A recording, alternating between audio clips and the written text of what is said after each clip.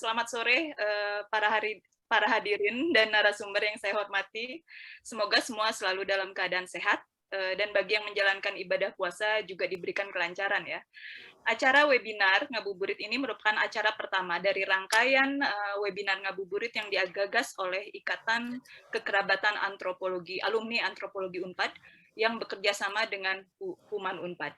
Saya perkenalkan Tia akan menjadi moderator webinar kali ini dengan judul Antropologi dan Fashion. Di sebagian yang hadir di sini bertanya-tanya apa kaitannya antara antropologi dan fashion. Bagaimana industri fashion dari kacamata seorang antropolog. Dan selama ini sebagai sebuah topik kajian, fashion sebetulnya masih belum populer ya, walaupun sekarang sudah mulai banyak yang memberikan perhatian di luar dari sekedar misalnya dia hanya desain produk dan sebagainya, tapi kita coba melihat. Nah, kali ini kedua narasumber akan mencoba membongkar dan memberi pandangan kritis terhadap industri fashion. Narasumber pertama adalah Sadikin Gani. Beliau adalah alumni antropologi Unpad yang juga menjadi pengajar dan pemerhati fashion. Lalu narasumber kedua adalah Adina Fairuz, yang sedang menempuh pendidikan di program Magister Desain FSRD ITB. Adina, ketertarikan dua narasumber terhadap industri fashion tidak terlepas tentunya dari posisi masing-masing. Adina sebagai desainer pernah juga belajar di Esmod, lalu kemudian Sadikin sebagai seorang antropolog. Tanpa berpanjang lebar, saya persilahkan narasumber pertama, Sadikin, untuk menyampaikan materinya sekitar 20 menit, lalu akan dilanjutkan oleh Adina yang akan share tentang pengalaman dan pandangannya tentang industri fashion.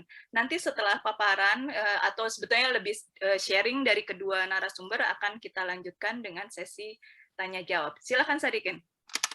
Oke, terima kasih, Tia. Suara saya cukup jelas kah? Jelas.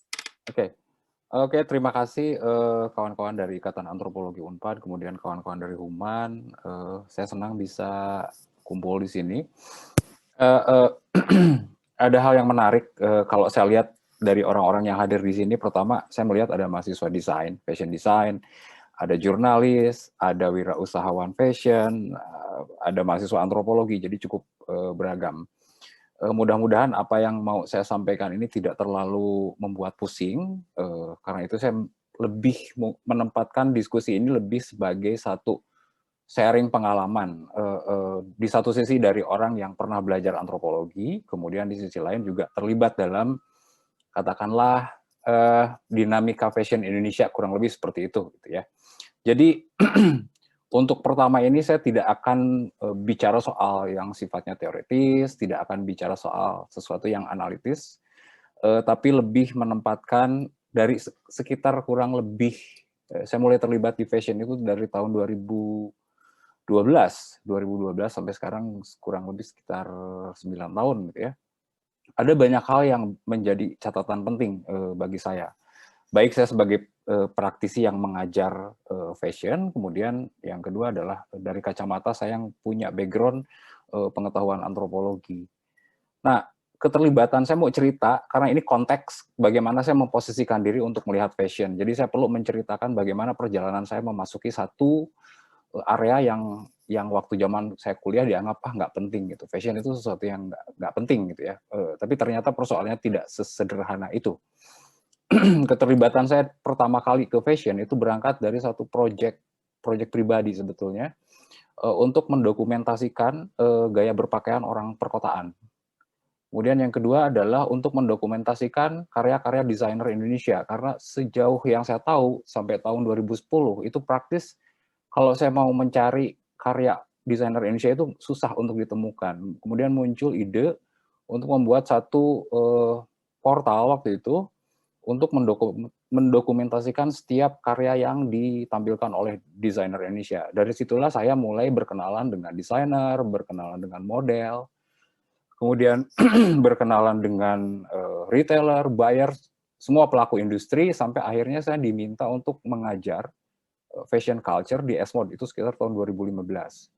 Nah dari situ kenal juga dengan asosiasi desainer, gitu, sehingga cukup tahu bagaimana sih dinamika fashion di Indonesia sejak paling tidak sejak 2010 gitu ya.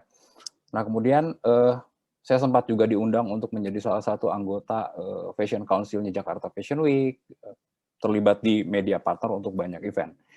Nah, dari situ ketika mereka tahu bahwa saya background-nya adalah antropologi, pertanyaan mereka adalah bagaimana saya bisa tertarik dengan dunia yang menurut mereka sangat jauh dengan antropologi gitu. Nah, ini buat saya ini menjadi catatan penting karena dalam kacamata saya, fashion bukan sekedar industri, tapi juga sebagai fenomena budaya. Kita berpakaian membuat indah itu kan apa, fenomena budaya gitu. Tapi orang cenderung melihat fashion itu hanya sebatas desain. Jadi kalau saya mengeluarkan satu kata fashion, maka yang terbayang oleh kebanyakan orang adalah catwalk, model, desainer, desain gitu ya. Seperti itu. Sebaliknya kalau saya bicara dengan yang non fashion, katakanlah dengan aktivis, maka ya pandangan mereka bukan pandangannya cenderung menganggap remeh, menganggap sesuatu yang head on, fetishism, consumerism gitu ya, sesuatu yang itu dunia yang seharusnya dihindari, kurang lebih seperti itulah dalam pandangan ekstrimnya. Nah, kemudian dari situ saya punya beberapa catatan yang penting yang menurut saya itu penting gitu ya, bahwa pertama sebagai orang yang terlibat di fashion, saya melihat fashion dalam dua sisi. Pertama adalah sebagai sebuah industri yang miliaran dolar, kemudian di sisi lain adalah sebagai satu fenomena budaya yang sangat dinamis. Kita bisa lihat misalnya kalau melihat baju tahun 70-an, 80-an itu kan berubah ke 90, kemudian hari ini juga berubah. Kalau kita lihat di media sosial ada begitu banyak perubahan yang terkait dengan fashion. Jadi fashion itu punya ambivalensi. Di satu sisi kita sadar atau tidak sadar, kita kalau mau pergi kemanapun selalu berpikir apakah baju saya ini menarik atau tidak. Tapi di sisi lain, itu nggak penting. Fashion itu dunia bourgeois gitu. Pandangannya seperti itu. Sangat dekat dengan perkotaan, sangat dekat dengan orang kemudian mengidentikannya dengan kehidupan, dengan hiburan gitu ya. Nah dari situ catatan pertama saya adalah pertama banyak orang yang cenderung melihat fashion sebagai gaya hidup masyarakat perkotaan. Orang lebih melihat fashion itu sebagai upaya untuk memperindah penampilan, mempercantik diri. Kemudian fashion diidentikan juga dengan desain, dengan sesuatu yang artistik, dengan seni, sehingga kalau kita ngomong fashion, orang pasti akan mengidentikannya dengan style, dengan gaya berpakaian. Bicara fashion itu cenderung tertuju pada desainer, catwalk, model, dan penampilan gitu ya. Kemudian kalau kita bicara di lingkungan fashion, maka yang kemudian muncul adalah dikotomi antara modis dan nggak modis, fashionable dan nggak fashionable, yang norak dan yang nggak norak gitu ya. Itu dikotominya seperti itu. Terus yang kedua, ini juga terkait dengan posisi saya. Banyak orang yang menganggap saya adalah orang yang berseberangan dengan dunia fashion. Orang melihat saya sebagai orang yang cukup punya pandangan kritis terhadap konsumerisme, kapitalisme. Orang cukup heran ketika saya memasuki satu dunia fashion, karena buat banyak kalangan, terutama kalangan yang kiri-kirian gitu ya, yang kiri-kirian, mereka melihat fashion itu sebagai komoditas, sebagai identik dengan konsumerisme, fetishisme, kesadaran palsu gitu ya, kesadaran palsu tentang keindahan gitu ya. Dan mereka melihat bahwa fashion itu adalah perwujudan dari cara kerja kapitalis untuk cari keuntungan. Sederhananya seperti itu. Sehingga mereka menganggap bahwa dekat dengan dunia fashion itu dekat dengan dunia yang nggak penting, dunia yang cuma sekedar hura-hura. Kelompok kiri misalnya akan menganggap kajian tentang ekonomi politik pertambangan itu lebih keren dan lebih cerdas dibandingkan orang yang mengkaji fashion gitu. Nggak penting fashion itu. Nah ini kan pandangan yang sangat sangat diametral gitu ya. Nah kalau kembali kita mundur ke belakang, sebetulnya pandangan seperti itu tidak cuma hidup di lingkungan orang katakanlah awam gitu ya. Ilmuwan sosial bahkan filsuf menganggap bahwa fashion itu memang sesuatu yang nggak penting, sesuatu yang tidak membangun kebajikan. Lebih banyak kalau saya meminjam istilah Muslim misalnya, banyak mudaratnya gitu kalau kita masuk ke dunia fashion. Gitu. Sehingga itu menjadi sebagai satu fenomena sosial itu banyak sekali menjadi minor. Kajian fashion itu orang cenderung menghindari untuk mengkaji fashion karena dianggap tidak penting, gitu ya. Kemudian yang ketiga, kalau kita lihat pandangan remeh-temeh itu juga hidup di lingkungan antropolog. Kalau nanti kawan-kawan dapat tulisan singkat saya tentang bahasan ini, satu antropolog misalnya cenderung di lingkungan antropolog sendiri itu cenderung menghindari untuk membahas yang berhubungan dengan fashion, entah itu pakaian, entah itu berpenampilan, itu menjadi bahasan yang kurang disukai oleh tidak mengundang minat banyak antropolog di masa lalu. Nah, kemudian kalau kita lihat lagi pandangan yang hampir sama juga muncul dari kelompok feminis. Feminis sekarang menjadi semakin lebih dikenal gitu ya. Bagi kalangan feminis, fashion ya itu bentuk eksploitasi. Perempuan diposisikan sebagai objek dan objek kaum laki-laki gitu ya.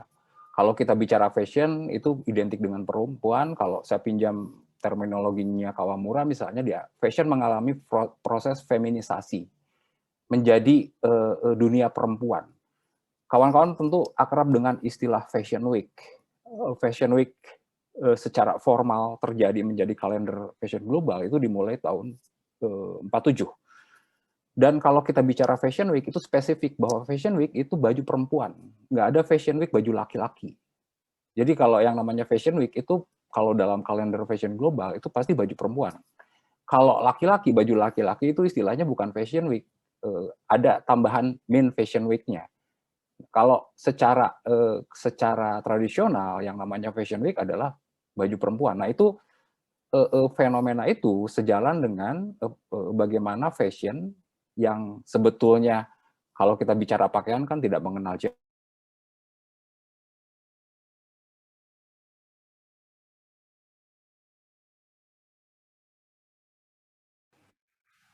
Lalu, Kang Sadikin?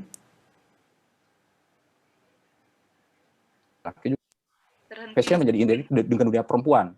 Maaf, Sadikin. Dan kalau berhenti. Sempat agak nge-lag tadi. Lag. Sekarang juga. Ya, sekarang lag lagi. Oke. Halo. Mungkin di sempat lag lagi, tolong diulang aja mulai dari yang perspektif gender. Oke, nah kaum feminis memandang fashion itu sebagai satu bentuk eksploitasi terhadap perempuan dan pengekangan terhadap perempuan. Korset misalnya, kawan-kawan tentu tahu korset. Itu korset bukan semata-mata baju perempuan, tapi juga itu satu gambaran ideal tentang perempuan yang harus ramping pinggangnya, pinggulnya membentuk sedemikian rupa. Dan itu adalah bentuk membuat perempuan sebagai objek laki-laki. Nah, pandangan semacam itu tidak terlalu salah kalau kita melihat dinamika di industri fashion. Tadi Fashion Week saya sudah menyinggung ya, Fashion Week bahwa Fashion Week itu diidentikan dengan dunia perempuan. Dan karena posisi perempuan dalam struktur yang patriarki itu berada di bawah, maka semua hal yang berhubungan dengan perempuan itu dianggap nggak penting, kurang lebih begitu. Itu pandangan banyak ilmuwan sosial yang menganggap fashion itu tidak penting karena di fashion terjadi ada feminisasi gitu ya. Nah, kalau dilihat fenomena tadi, fenomena pro kontra untuk melihat fashion yang remeh-temeh dan seterusnya, dilihat dari kacamata seorang yang belajar antropologi seperti saya dan menjadi praktisi di dalamnya, dikotomi pandangan itu menjadi hal yang menarik, bukan masalah benar atau salah.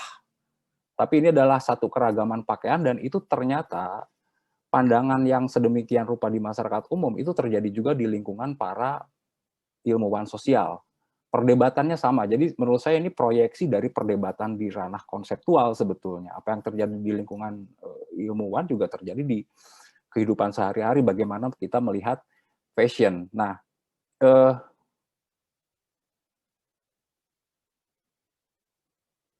kemudian saya berpikir bahwa jangan-jangan keremeh-temehan ini justru ada sesuatu di balik itu yang tidak remeh-temeh gitu ya.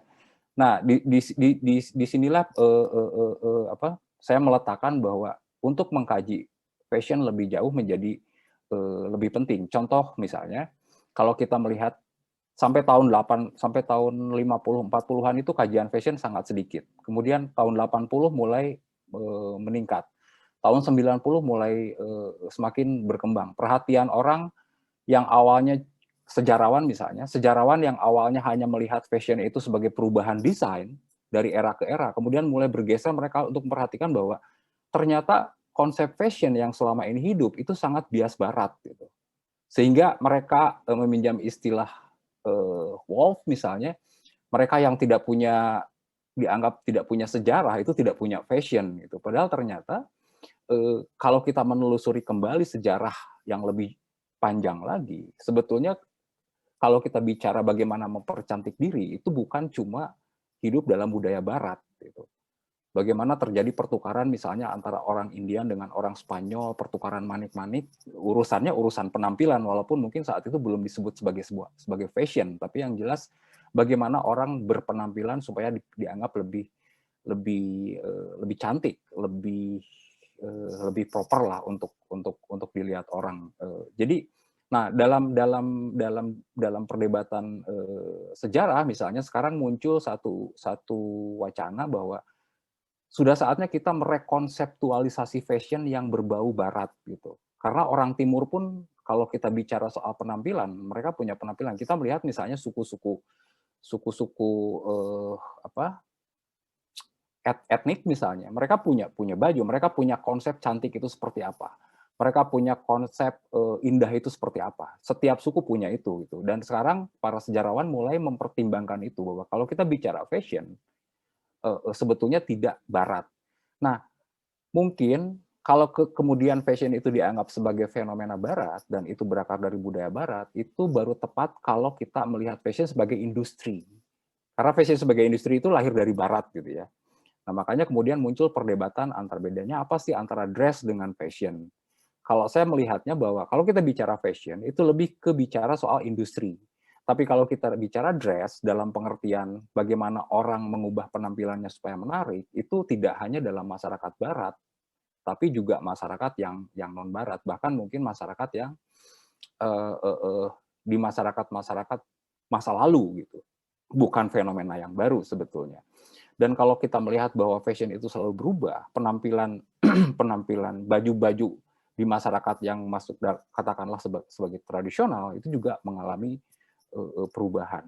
Nah, karena bicara fashion itu tidak bisa bicara dari satu sudut pandang, sekarang yang muncul kemudian dan orang mulai sadar bahwa fashion bukan hanya milik orang barat, dalam pengertian mengubah penampilan itu bukan milik orang barat, tapi itu adalah gejala yang universal.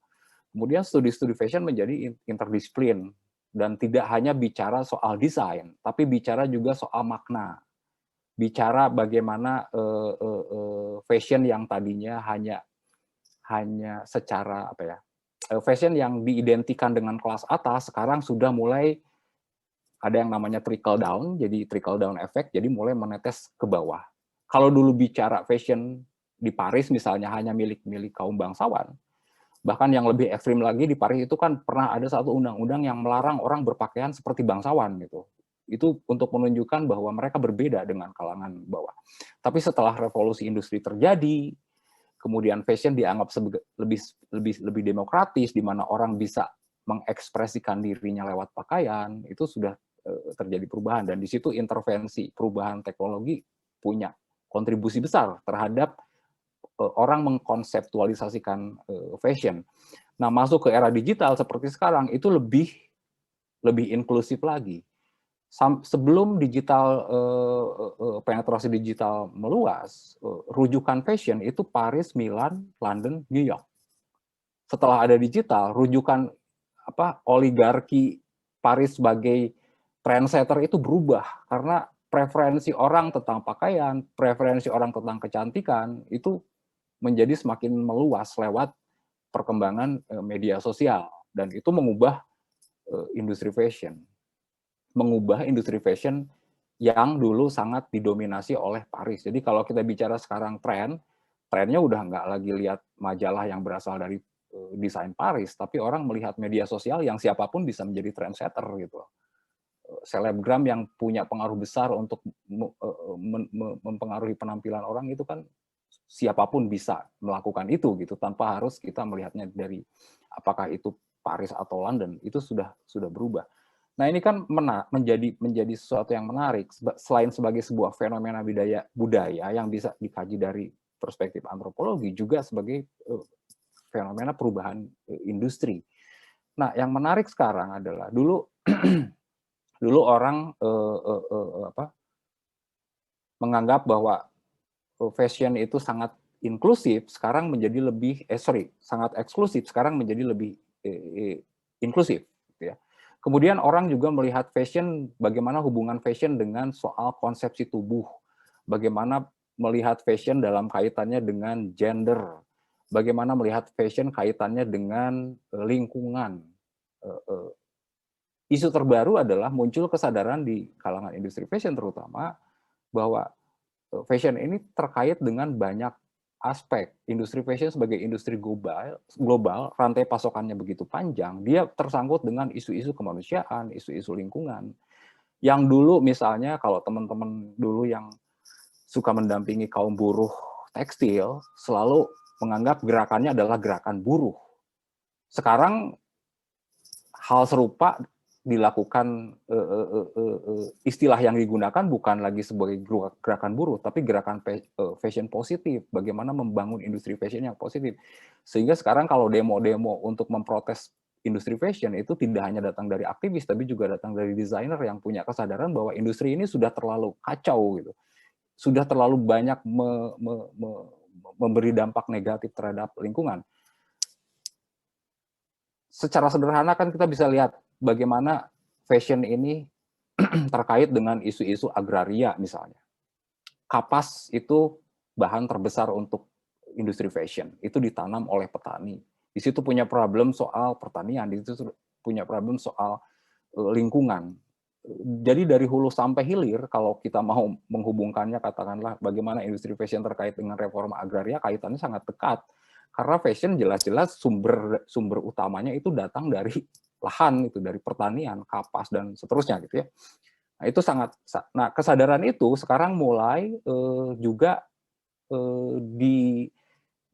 mulai muncul di lingkungan industri fashion. Beberapa pembelaan terhadap buruh tekstil misalnya itu datang justru dari kalangan desainer.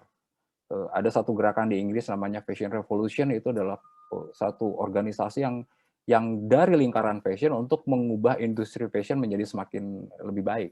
Terus yang paling baru lagi yang lebih konfrontatif itu Extinction Rebellion, itu lebih kuat lagi gitu. Sekarang demo buruh fashion tidak lagi di May Day, tapi di Fashion Week.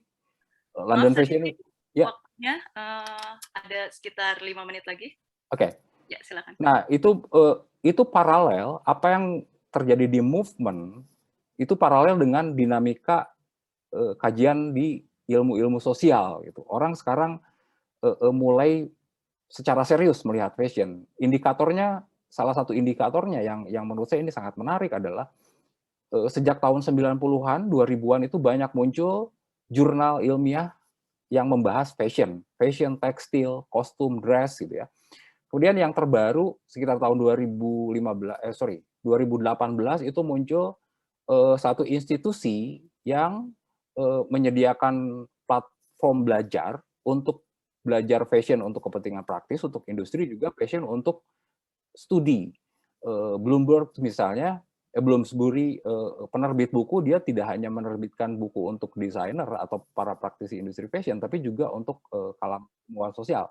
Mereka punya platform orang belajar tentang fashion yang bukan sekedar pakaian desain, tapi lebih jauh dari itu, menghubungkannya dengan isu lingkungan, dengan isu perempuan, dengan perekonomian. Bahkan ada studi tentang fashion dan geografi misalnya, karena fashion itu lekat sekali dengan geografi. Kita mengenal Paris sebagai kota fashion itu kan sangat geografi banget, dan kaitannya terutama dengan sistem ekonomi global seperti sekarang.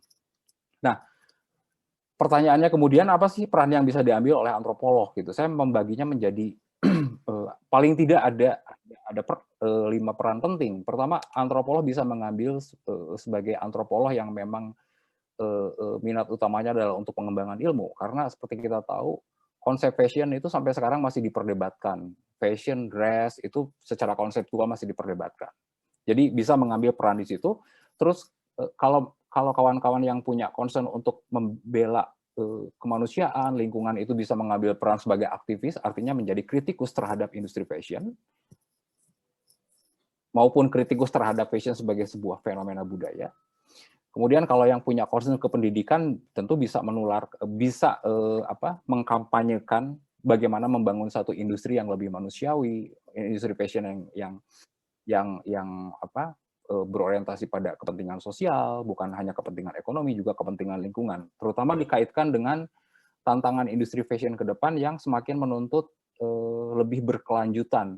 Sekarang muncul konsep circular economy gitu ya. Yang itu munculnya, menariknya adalah justru bukan dari kalangan aktivis, tapi justru dari banyak dari ide-ide itu muncul dari para pelakunya industrinya itu sendiri.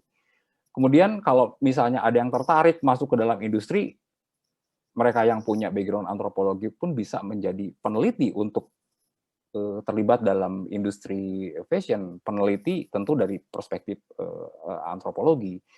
Bahkan istilah yang baru sekarang ada yang namanya retail antropologi gitu. Riset untuk kebutuhan retail, tapi dari perspektif antropologi. Nah, jadi kalau kemudian ditanya apa hubungan antropologi dengan fashion, itu ada sekian banyak, baik itu dalam konteks kepentingan pengembangan keilmuan maupun untuk menjadi praktisi di dalamnya gitu.